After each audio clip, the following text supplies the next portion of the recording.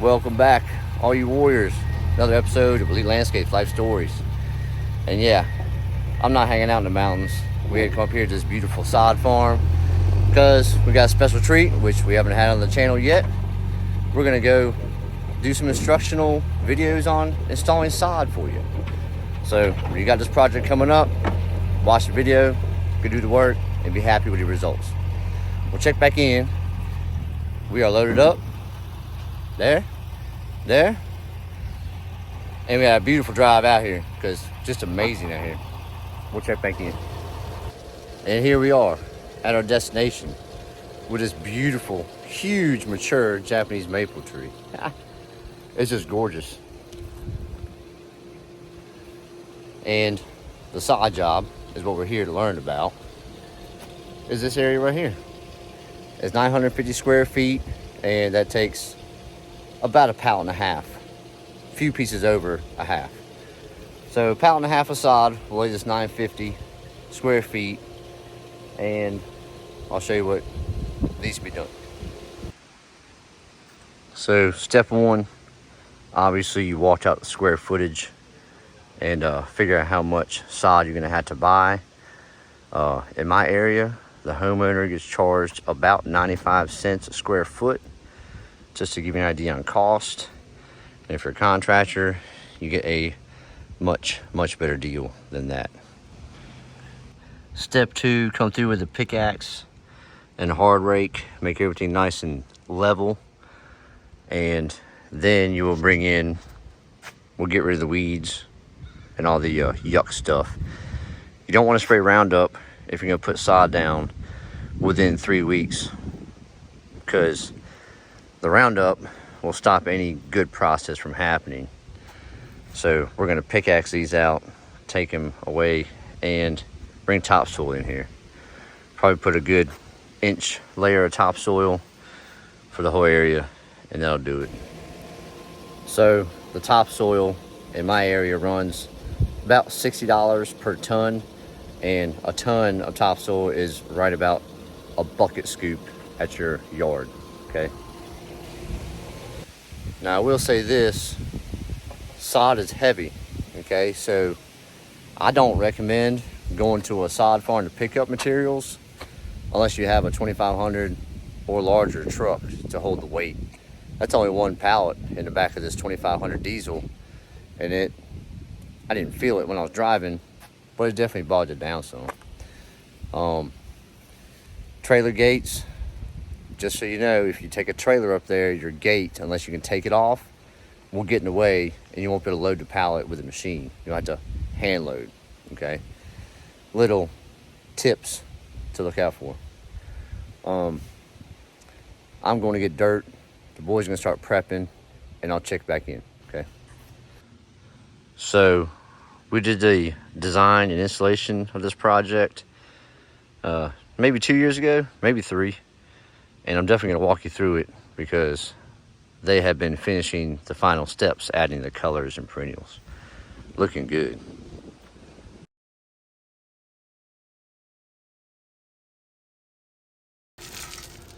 All right, so when you're laying sod, the sod obviously has a dirt base to it, you know, about that chunky.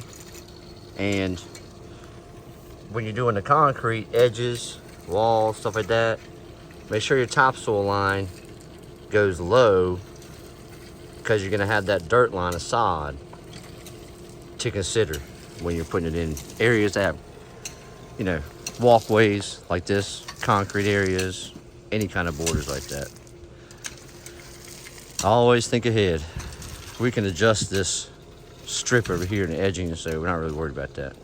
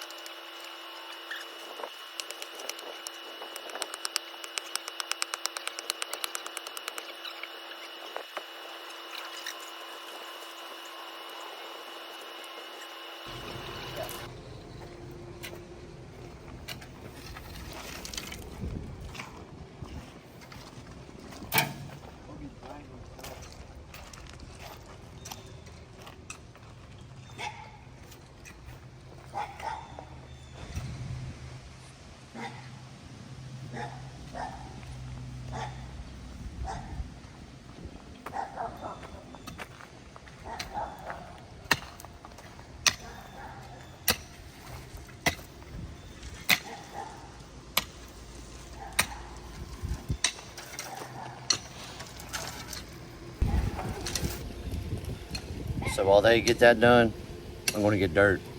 Probably going to take a little bit more dirt than I thought, but it's okay. It's already budgeted in there. We're going to keep rolling. So one thing you want to make sure, you get nice, fresh screen topsoil.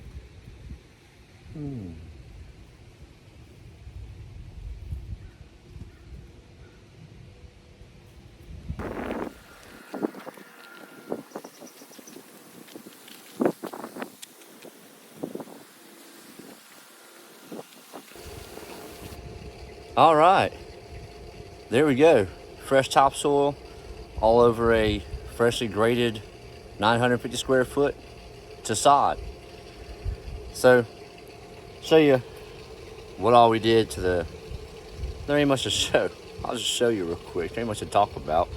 We had dirt, we made it flat, we had edges, we made it a gap on the edge. We're bringing in dirt, all right? This world that we live in here, landscaping, lawn mowing, it's not that complicated. Once you learn it, it's not complicated. So we grabbed 2 tons of screen topsoil, and boys gonna rake it out real quick.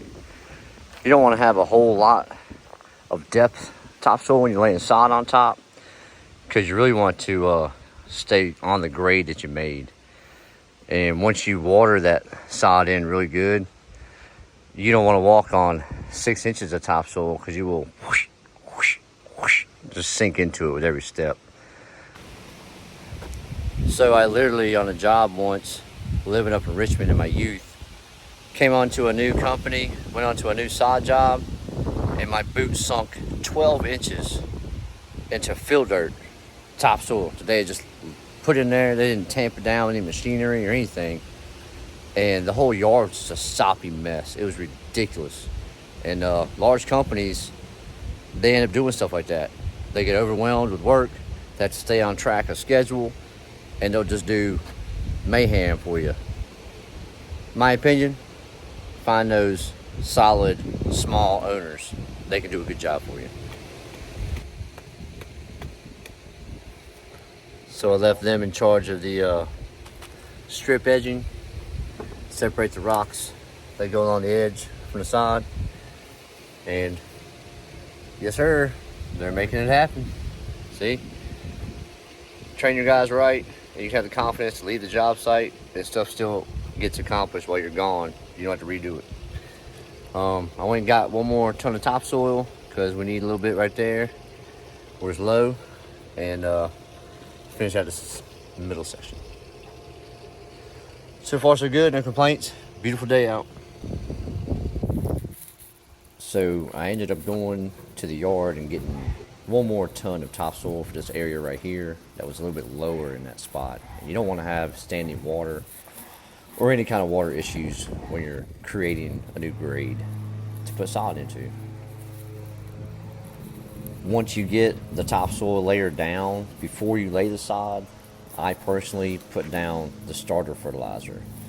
And the starter fertilizer is a must-have when you're putting sod down for explosive growth. All right, and we all want the sod to grow extremely fast and extremely healthy.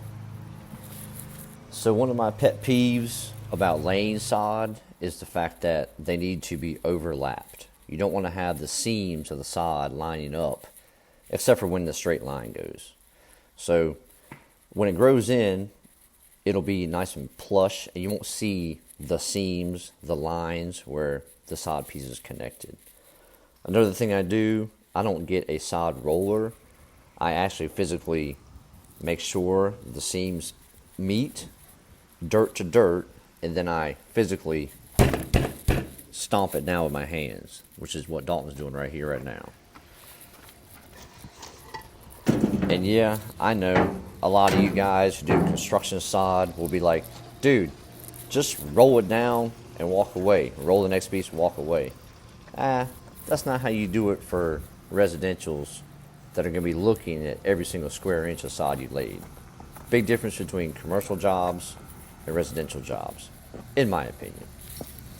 If you're ever laying sod on a slope, you need to get the sod staples and make sure you staple those pieces down so they won't be slipping away from you. Alright, so it's about 10 till 8. We have the job wrapped up. We got a little bit of blowing left to do.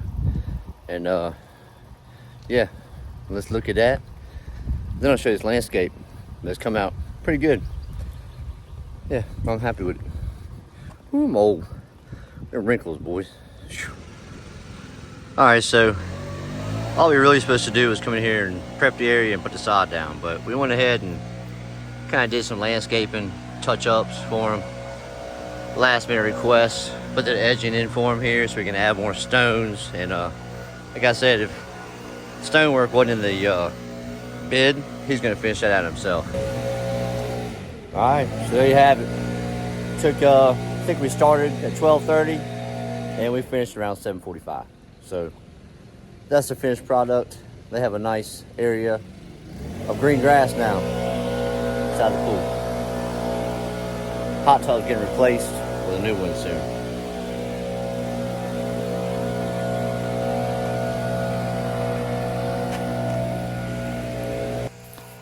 Now, if you're part of the community here, you already know I love Japanese maples of every kind. That one right there is the coral bark that has the beautiful red bark that blings out in the wintertime. And we have an amazing one down here that I'll showcase and show you real close up.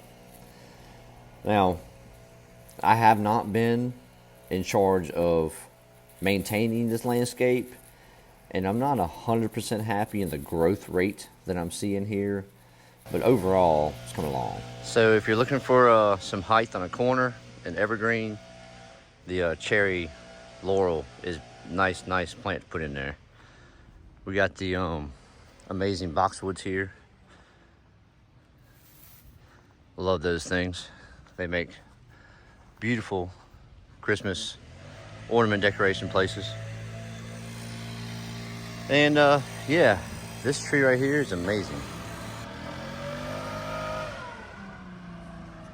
This is a Japanese maple lion's head, and I wasn't sure if he was going to come back from the coldness that we had. And he also suffered some other stuff last year, but he's looking good. Hopefully, after watching this video, as a homeowner, you'll feel comfortable to go ahead and try these projects out yourself if you want some fresh sod. And as a contractor, business owner, you should definitely get into some sod. It's good money and it makes things look beautiful. Like I always say, be good if you can, always be kind, and above all, love each other. Elite Landscape Style. Peace.